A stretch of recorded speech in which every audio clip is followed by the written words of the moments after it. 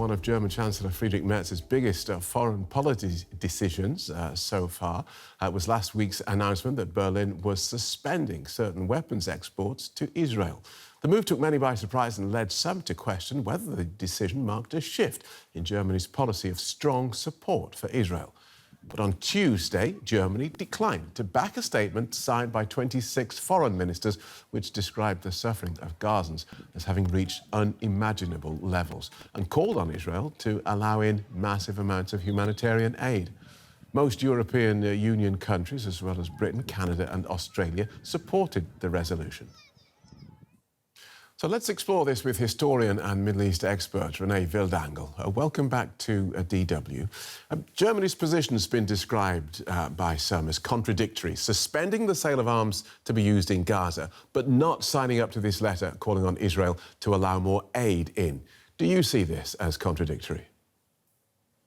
Well, it is obviously contradictory. I think it's difficult to argue with this. And the reason for it is that ever since Chancellor Merz made the announcement about the arms ban, he has come under fire from high-ranking members of his own party.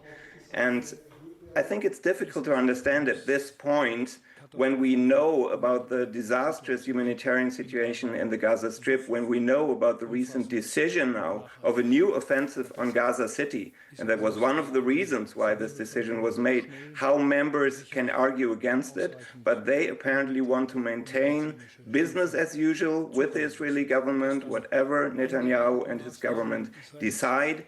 And ever since this revolt, I would call it, within the Christian Conservative Party, Merz has done much to roll back his decision or to make clear that he's not going further. Because it seems to me as if the German government went one step ahead and two steps back, because now he is underlining that Germany will not increase the pressure together with other EU countries in freezing the association agreement, is not following France in recognizing the Palestinian state, and has not signed the statement, although it's consistent with what Merz himself has said.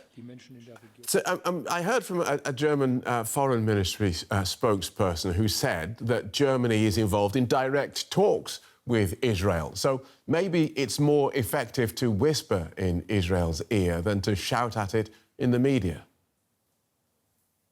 Well, I mean, there are always direct contacts, right? We're talking about diplomacy. We're talking also about constant visits. We're talking about constant phone calls between Chancellor Merz and his counterpart Netanyahu and other ministers in Israel. We've seen Foreign Minister Vadeful in Israel about a week ago, delivering very clear messages about the disastrous humanitarian situation in the Gaza Strip that needs to change, about a ceasefire that needs to come, about settler violence in the West Bank. And ever since Vadeful delivered those messages bilaterally, we have seen no change on the ground. On the contrary, we have seen the killing of the journalist Anas Sharif.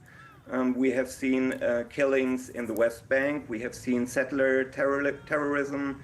So those bilateral talks and these messages, they are not working. And I think the decision of the arms ban was an outcome of this frustration of the German government. So if they now go back to, we want to deliver our messages bilaterally, behind closed doors, I don't think it's very credible, and I don't think we've seen any outcome of this diplomacy so far. And so it's obvious that we need pressure, but it's not happening. And so do you believe then that what we will see over time is Germany moving back from that position and the resumption of arms sales for Israel's operations in Gaza?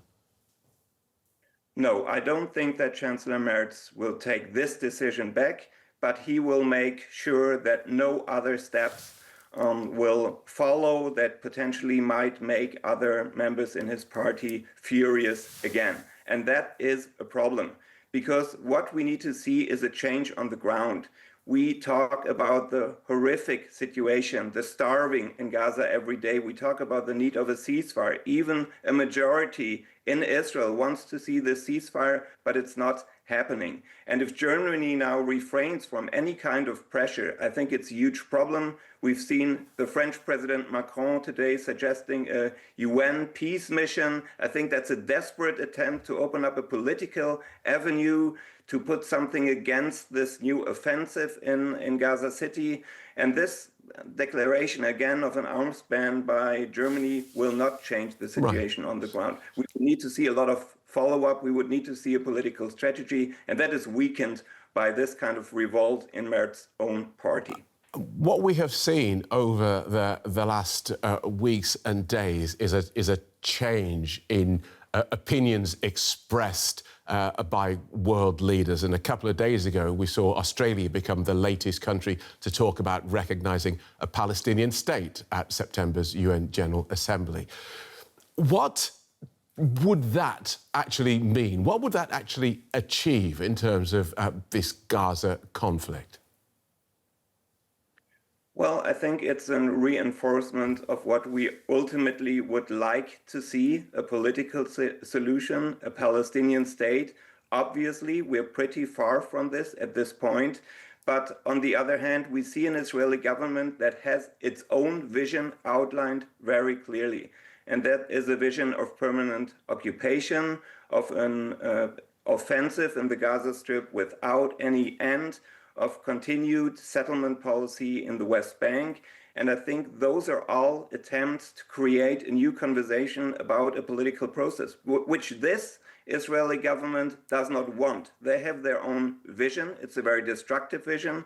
And I think this is why so many leaders around the world, again, with the horrific pictures, with the destruction, with the starving that we see in Gaza, are ready now to step up the pressure on this particular government. I would also always make a division here between the Israeli government and Israel. It's this particular government, it's the Netanyahu government, with its latest decision to extend this offensive, and that's the situation we are in.